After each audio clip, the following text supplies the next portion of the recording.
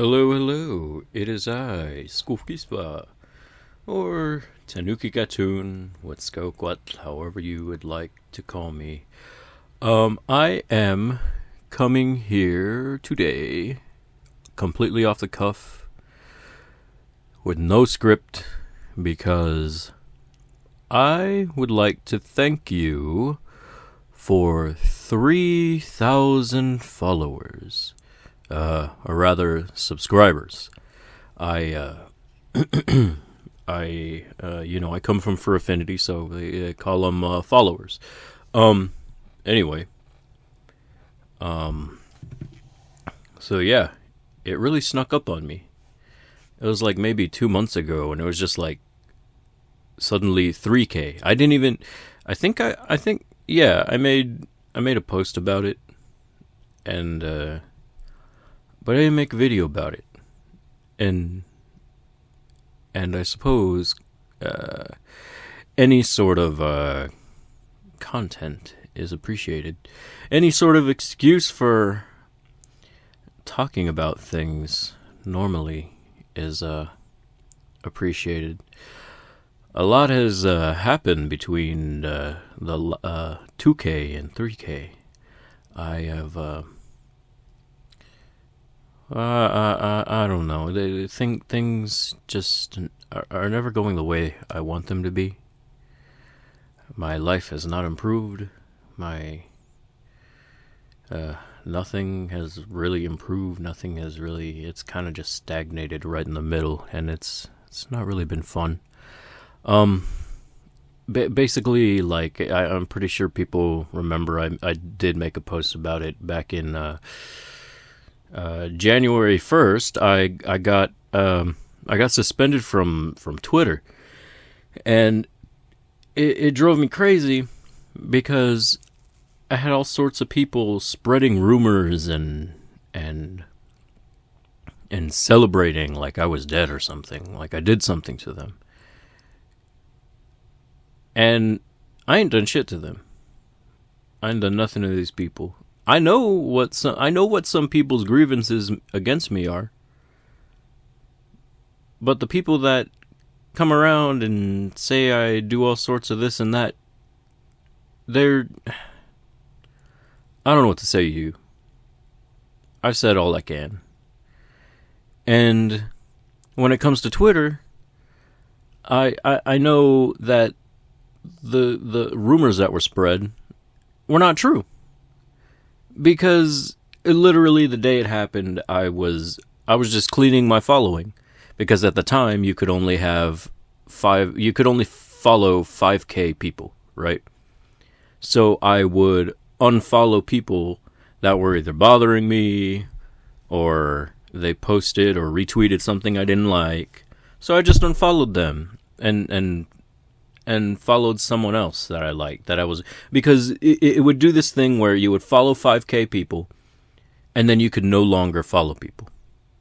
So, do a little cleaning up, or if you don't clean up, you would have to wait like a week to follow exactly one more people, sometimes 2 or 3. But anyway, so apparently, this behavior of unfollowing people, or in my case, also blocking a lot of people. Like I blocked like a lot of people that just did not like mesh well with. They didn't make me feel good. I didn't want that around me, and so on January the 1st, I guess I just did it just slightly a little too much, and they decided to suspend me because they thought I was a bot. It was like 3 months, not fair. I came back April. I came back in like April 3rd, 5th, something like that. And, people were mad that I returned. Like I was getting like people, spreading the rumors again. They were like, this guy was suspended, blah, blah, blah. This is why he was suspended. Report them. Blah. And it makes me feel like shit. Because 1, it wasn't true. And 2, these people hang out with other people who make the same sort of content that I do, and they also they not only make the same sort of content that I do, they like the same sort of content I do. They follow other people who make, and it's all a group of friends, and they've just got together and want to hate me for fun. It's way too long of a story of why people want to hate me. And if anybody actually told the truth, like I would, it would make them look like the bad guy. So they just default to lying and, making up rumors about me. But, that's Twitter for you, I guess, is what all anyone can say. There's something else I want to talk about. Oh, yeah, of course. And, literally after that happened, I kind of looked at being suspended from Twitter as a blessing. Like my mental health was actually kind of going up. My mental health, not my social situation. And like I think February, maybe March. I think it was March when it happened. My Patreon got taken down because someone decided to make a false report about child abuse.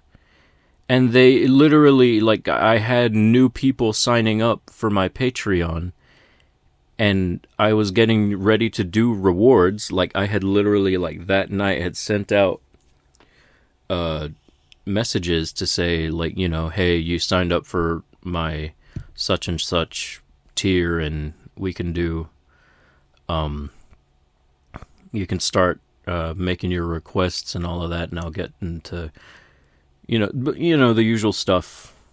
And I was ready to do more rewards. Like, I was on a roll. Like, I was running that shit.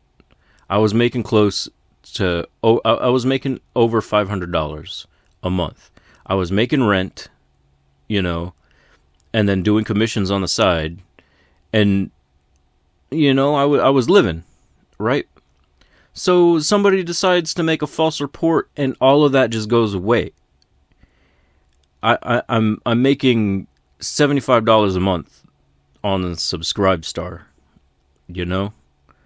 Maybe a little bit more than that. I think I saw somebody sign up for, but, So, I'm just saying, I'm not doing well. I'm not. I feel like shit. People are still constantly bullying me. And I don't know. I really don't know. It feels getting from 2K to 3K on YouTube. It's nice seeing the support visually, that people come to watch my videos. I know I don't make like big content like all the other people. I don't like saying the V word. But I know that's what people come to watch me for. People like Vore. People like that I make my little cartoons. And that's one of the reasons people hate me, is that I prefer to make slightly safer content, like I grew up with it, so it's basically been a part of me. Like I can't I literally cannot separate Vore from my creative life. It has been a part of me since I was a child. I've told the story countless times in text. Give me a moment. I had to cough there. I've told this story countless times in text, where years and years ago, I'm 33 now, but when I was a child, baby child, I used to have like nightmares every night, reoccurring ones too. Like they were like the same, where I would have, basically, I would have like monsters chasing me and stuff, and it would often usually end with them like eating people that I knew, or it would end with me getting eaten and I would be woken up by that. Right? I have a very specific dream scenario where it was a sewer. It wasn't exactly like a sewer. It was kind of like I guess more subway sized. It was like a cave. Like it was big. It was very big, and there's this big alligator thing. It wasn't an alligator, but it was like an alligator. And it was chasing me and a group of friends. I don't know who they were. I was like 4 or 5. And it was kind of like, think the Chamber of Secrets, but red. Because there was like lighting. So it wasn't so gray. I remember it so vividly, right? It was the colors of my, my icon, my avatar, the red and yellow. It's kind of a very common thing that I see everywhere, right? And I just remember it, it catches people, and I just remember the dream ending where I run into a dead end, and I turn around and it's just mouth and then black, and suddenly I'm conscious and awake. And, that scared me, right? So, it was just a big fear for many years of me being so small, right? And then I would hear like nursery rhymes and stories, right? You have the story of the big bad wolf. Little Red Riding Hood goes out and the wolf eats it. Wolf eats her grandmother and then eats her because, she made a little mistake of trusting him out in the woods, right? That was actually scary to me. I was a little kid being told these stories, right? Gingerbread Man. The Gingerbread Man is about a little guy who thinks he's hot shit, teases everybody, and then he meets a fox who he trusts, and then he gets eaten by the fox. That's how these stories ended, right? It's literally been a part of my life for that long, right? So like these were just stories that I had. As I got a little bit older about that, I began watching cartoons and stuff, right? Not so much just cartoons, but like all sorts of media, right?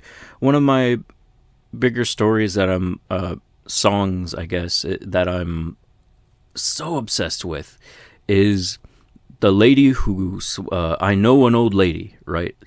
You know how it goes. She swallows a fly and then she keeps going, right? When I was a kid, I was just like, yo, why is she doing this, right? That's crazy. Why would she do that? Why would she ate a cat? Are you serious? A bird? Birds are cute. Why would she do that? And my mind is, I was too smart for these stories, right? Because I knew, like, at that age, I was like maybe 4 or 5, and I knew how the body worked. I knew what the digestive system did. So I'm like, oh no, this lady is eating these animals. Somebody's got to stop her. And my little mind was saying, oh no, they're getting bigger. And then she swallows a dog, and I was teeny tiny back then. My brain said, oh no, she can do that to me. And I think that's kind of when it clicked, where it was still kind of a scary thing for me, right? The moment where it stopped being scary was the old Disney Channel in the 90s, the original Disney Channel, because it started in the 80s, Disney Channel started in the 80s, they used to have sort of a demo. They used to have like demo channels back then. It was, very, very different time. So you could tune into the Disney Channel, but it would basically be a giant ad for the Disney Channel. You had to sign up for cable and pay for the Disney Channel to have it on at your house, right? And so it would be one giant ad, and instead of showing like the original shows and cartoons, like occasionally you would get DuckTales and Jungle Cubs or something like that, but it wouldn't be new content. It would be old reruns and stuff like that. That's how they would advertise for the channel, right? And so one day, an old Silly Symphonies movie came on called Peculiar Penguins, and I always cite this cartoon as being the one that really made it click for me that cartoons made what we call Vore now not scary anymore. That cartoons make this particular well, I mean, I guess I call it fantasy now. The fantasy element of being eaten, right? No longer scary to me, because cartoons, it was treated as drama that you could survive, right? And so shortly after that, we had Cartoon Network. They had the What a Cartoon Show, and I vividly remember the kind of it's sort of a demo for Courage the Cowardly Dog. Even though Courage the Cowardly Dog was in the What a Cartoon Show, there was another cartoon that kind of had like the scared dog a trope, right? And it was called Shake and Flick. And it was just one episode, and the end of the episode, the dog gets eaten, right? And it's just like, I was like, wow, cartoons still make this scary, but it's a minor inconvenience to them, Then I had the Two Stupid Dogs. Two Stupid Dogs had so much Vore in it. Oh my god, y'all know. I say Two Stupid Dogs, and y'all probably think the witch. People probably only think about the witch, but they had literally any episode that had Little Red Riding Hood in it was gonna have Vore in it, because they had the big bad wolf and something else. There was the episode Ball, and the end of the episode is the little dog getting shot out of a ball cannon, and the big dog eats him. There's another episode where the big dog eats an entire family of people. It's hilarious. You hear me talking about it. I think it's hilarious. Vore is hilarious. I think it's funny when one character chooses to eat another character, because that's just how I cope with the fear that I used to have as like a 2-year-old child that had chronic nightmares about being eaten alive. Like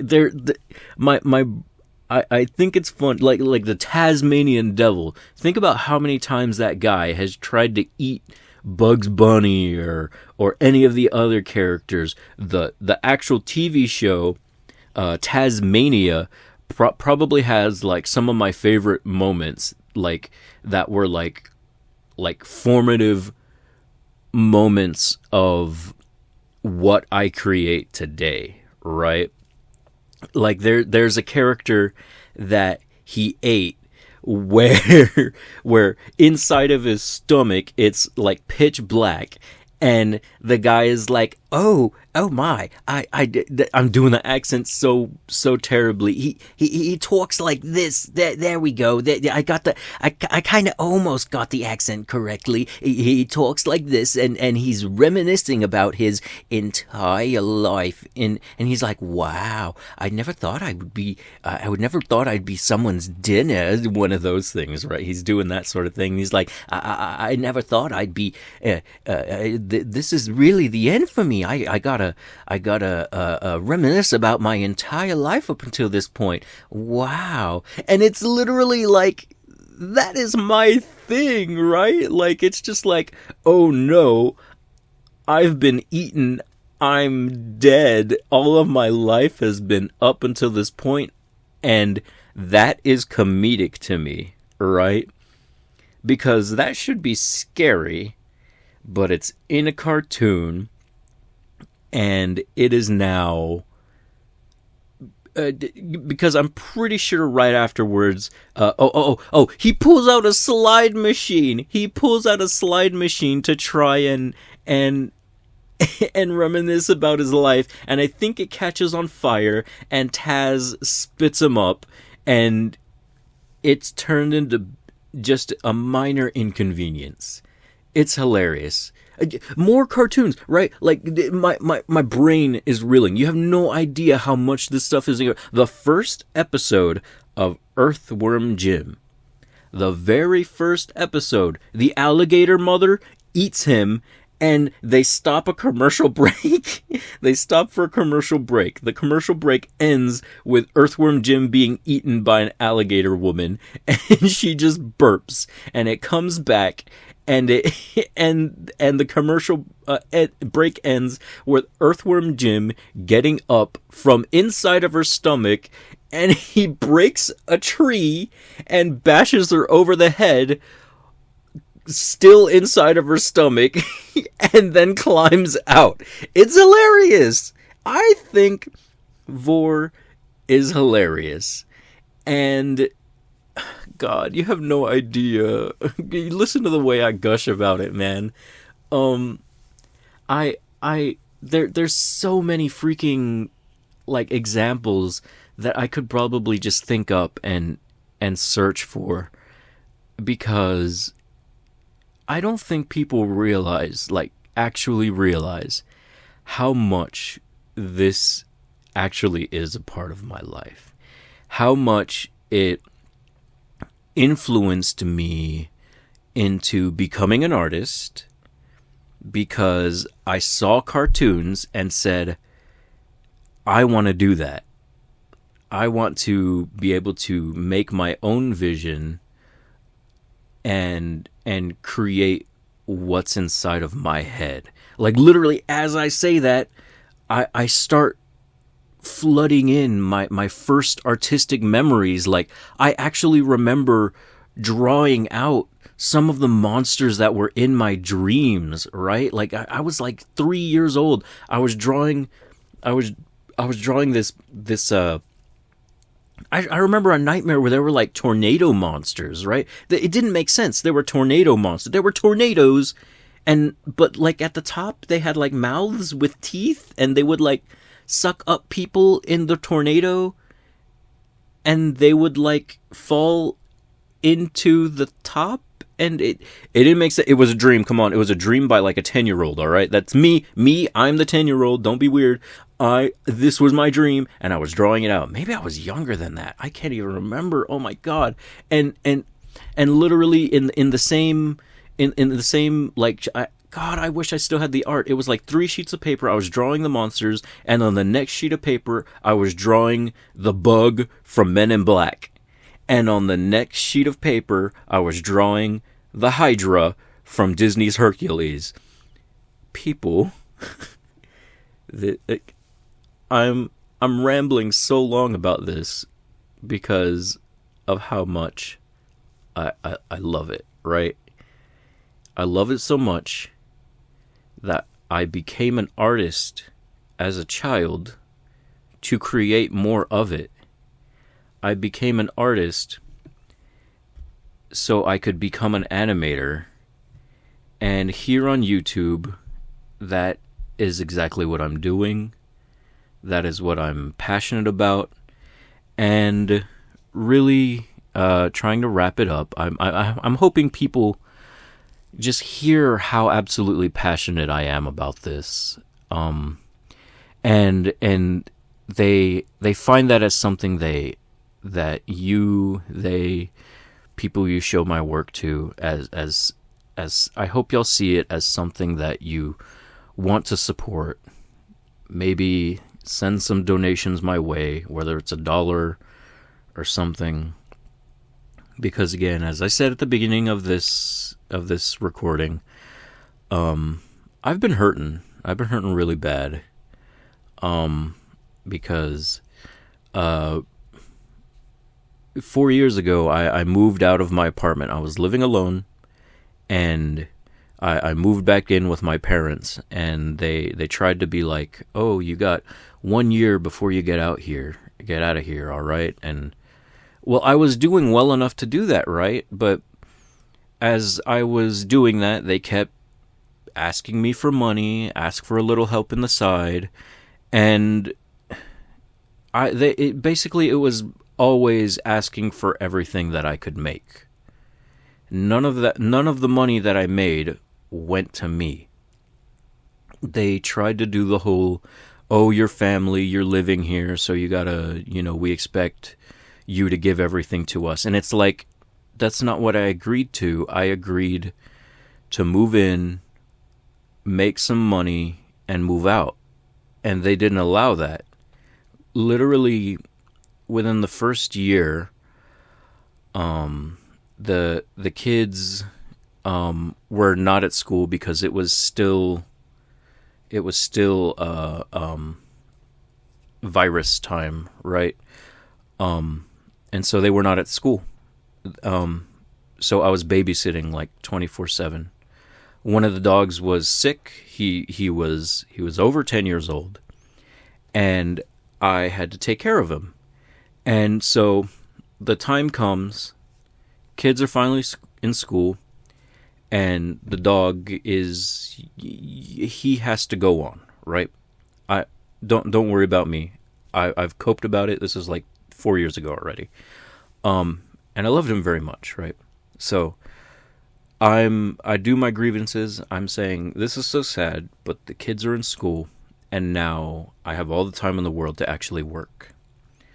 Just days later, they bring in a puppy, and their only excuse for buying this dog was that I am at home, so I am the one that would take care of him. There's 3 other people there, but they have conventional jobs and leave the house. And they expected me to be the one to take care of this dog. So that is a year of potty training this animal completely on me, right? I have like no time to myself anymore because of this dog. This dog gets potty trained, and they tell me that the next year, this is like a year later, takes a year, and man, I did not wrap this up like I said I would. They took, the dog is potty trained. Virus time is over, I guess, for school. So now the kids are going to school. So the dog is taking care of himself because I trained him. And now I'm supposed to have free time again because the kids are back in school. I'm no longer babysitting. They bring in another puppy. Another puppy. So now it's another year of babysitting an animal. This is year 2.5, right? Within the year of finally getting that puppy potty trained to where I can finally have free time, one of the kids gets kicked out of school, and now they expect me to babysit that child again. 3 years. I've been here 3 years, and I have done nothing but babysit and take care of this house for these people. And they just do not respect my work, what I do. They refuse to understand or take into account of how much work I actually have to do to create just one thing that's maybe 2 minutes long. Like a 2-minute long project will be like 3 months of nonstop work. It'll be like 3 months of nonstop work that will, and I'm not allowed that. They have purposely sabotaged my ability to work on my projects. And even as time goes on, I just don't know what I'm gonna do. Like for the first 3 years, I still had my Patreon, and I was making rent and then some money. But when somebody cut out my Patreon the way they did, I went from making over $500 to making less than $75 a month. And that is why I'm basically begging people to help support me again, because I don't know. I just don't know. The future is always constantly looking short, and times are always hard. So just, I don't know. I've already rambled for over 30 minutes.